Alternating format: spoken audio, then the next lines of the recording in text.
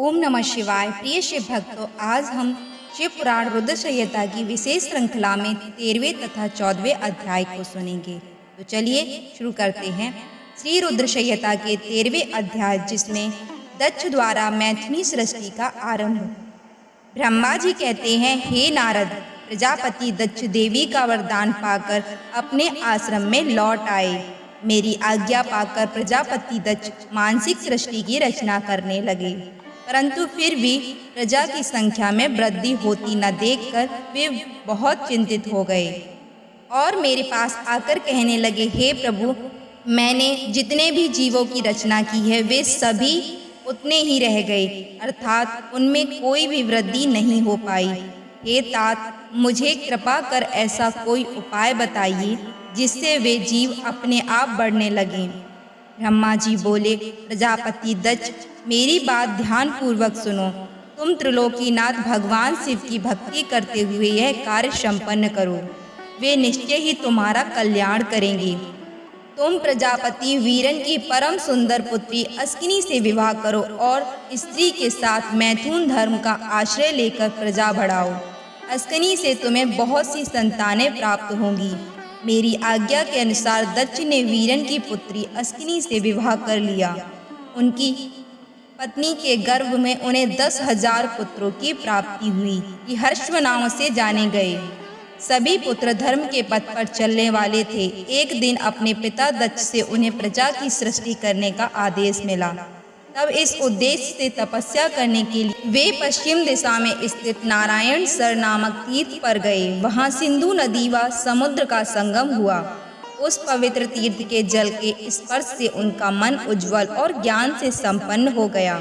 वे उसी स्थान पर प्रजा की वृद्धि के लिए तप करने लगे।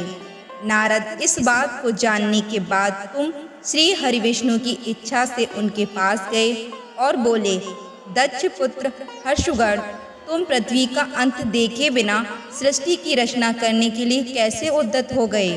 ब्रह्मा जी बोले, हर्ष बड़े ही बुद्धिमान थे। वे तुम्हारा प्रश्न सुनकर उस पर विचार करने लगे। वे सोचने लगे कि जो उत्तम शास्त्र रूपी पिता के निवृत्ति परक आदेश को नहीं समझता, वह केवल रजोगुण पर विश्वास करने वाला पुरुष सृष्टि निर्माण का कार्य कैसे कर सकता है। इस बात को समझकर वे नारद जी की परिक्रमा करके ऐसे रास्ते पर चले गए जहाँ से वापस लौटना असंभव है।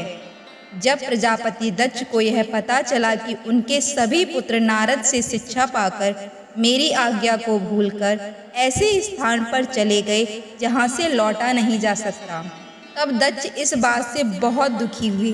वे पुत्रों के वियोग को सह नहीं पा रहे थे। तब मैंने उन्हें बहुत समझाया और उन्हें सांत्वना दी। तब पुनः दक्ष की पत्नी अस्किनी के गर्भ से शबलाश्व नामक एक सहस्र पुत्र हुए। वे सभी अपने पिता की आज्ञा को पाकर पुनः तपस्या के लिए उसी स्थान पर चले गए जहां उनके बड़े भाई गए थे। नारायण सरोवर के जल के स्पर्श से उनके सभी पाप नष्ट हो गए और मन शुद्ध हो गया। वे उसी तट पर प्रणव मंत्र का जाप करते हुए तपस्या करने लगे। तब नारद, तुमने पुनः वही बात जो उनके भाइयों को कही थी उन्हें भी बता दी और तुम्हारे द्वारा दिखाए गए मार्ग के अनुसार वे अपने भाइयों के पथ पर चलते ऊर्ध्व गति को प्राप्त हुए। दक्ष को इस बात से बहुत दुख हुआ और वे दुख से बेहोश हो गए। जब प्रजापति दक्ष को ज्ञात हुआ कि यह सब नारद की वजह से हुआ है, तो उन्हें बहुत क्रोध आया। संयोग से तुम भी उसी समय वहां पहुंच गए। तुम्हें देखते ही क्रोध के कारण वे तुम्हारी निंदा करने लगे और तुम्हें धिक्कारने लगे। वे बोले, तुमने सिर्फ दिखाने के लिए ऋषियों का रूप धारण कर रखा है। तुमने मेरे पुत्रों को ठगकर उन्हें भिक्षुओं का मार्ग दिखाया है। तुमने लोक और परलोक दोनों के श्रेय का नाश कर दिया है। जो मनुष्य ऋषि, देव और पितृ ऋणों को उतारे बिना ही मोक्ष की इच्छा मन में लिए माता पिता को त्याग कर घर से चला जाता है, सन्यासी बन जाता है, वह अधोगति को प्राप्त हो जाता है। हे नारद, तुमने बार बार मेरा अमंगल किया है, इसीलिए मैं तुम्हें शाप देता हूँ कि तुम कहीं भी स्थिर नहीं रह सकोगे। तीनों लोकों में विचरते हुए तुम्हारा पैर कहीं भी स्थिर नहीं रहेगा, अर्थात तुम्हें ठहरने के लिए सुस्थिर ठिकाना नहीं मिलेगा। नारद, यद्यपि तुम साधु पुरुषों द्वारा सम्मानित हो, परंतु तुम्हें शोकवश दक्ष ने ऐसा शाप दिया जिसे तुमने शांत मन से ग्रहण कर लिया और तुम्हारे मन में किसी प्रकार का विकार नहीं आया। हर हर महादेव। श्री रुद्र संहिता के 14वें अध्याय, जिसमें दक्ष की 60 कन्याओं का विवाह। ब्रह्मा जी बोले, हे मुनिराज, दक्ष के इस रूप को जानकर मैं उसके पास गया। मैंने उसे शांत करने का बहुत प्रयत्न किया और सांत्वना दी। मैंने उसे तुम्हारा परिचय दिया। दक्ष को मैंने यह जानकारी भी दी, तुम भी मेरे पुत्र हो। तुम मुनियों में श्रेष्ठ एवं देवताओं के प्रिय हो। तत्पश्चात प्रजापति दक्ष ने अपनी पत्नी से 60 सुंदर कन्याएं प्राप्त की। तब उनका धर्म आदि के साथ विवाह कर दिया। दक्ष ने अपनी 10 कन्याओं का विवाह धर्म से, 13 कन्याओं का विवाह कश्यप मुनि से और 27 कन्याओं का विवाह चंद्रमा से कर दिया। 2 भूतागिरिश और कृशास्व को और शेष 4 कन्याओं का विवाह तार्क्ष्य से कर दिया। इन सब की संतानों से तीनों लोक भर गए। पुत्र पुत्रियों की उत्पत्ति के पश्चात प्रजापति दक्ष ने अपनी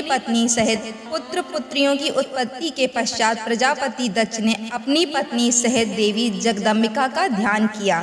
देवी की बहुत स्तुति की। प्रजापति दक्ष की सब पत्नी स्तुति से देवी जगदम्बिका ने प्रसन्न होकर दक्ष की पत्नी के गर्भ में जन्म लेने का निश्चय किया।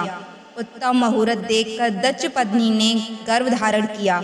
उस समय उनकी शोभा बढ़ गई। भगवती के निवास के प्रभाव से दक्ष पत्नी महामंगल रूपिणी हो गई। देवी को गर्भ में जानकर सभी देवी देवताओं ने जगदम्बा की स्तुति की। 9 महीने बीत जाने पर शुभ मुहूर्त में देवी भगवती का जन्म हुआ। उनका मुख दिव्य आभा से सुशोभित था। उनके जन्म के समय आकाश से फूलों की वर्षा होने लगी और मेघ जल बरसाने लगे। देवता आकाश में खड़े मांगलिक ध्वनि करने लगे। यज्ञ की बुझी हुई अग्नि पुनः जलने लगी। साक्षात जगदम्बा को प्रकट हुए देखकर दक्ष ने भक्ति भाव से उनकी स्तुति की। स्तुति सुनकर देवी प्रसन्न होकर बोली, हे प्रजापति, तुम्हारी तपस्या से प्रसन्न होकर मैंने तुम्हारे घर में पुत्री के रूप में जन्म लेने का जो वर दिया था वह आज पूर्ण हो गया है।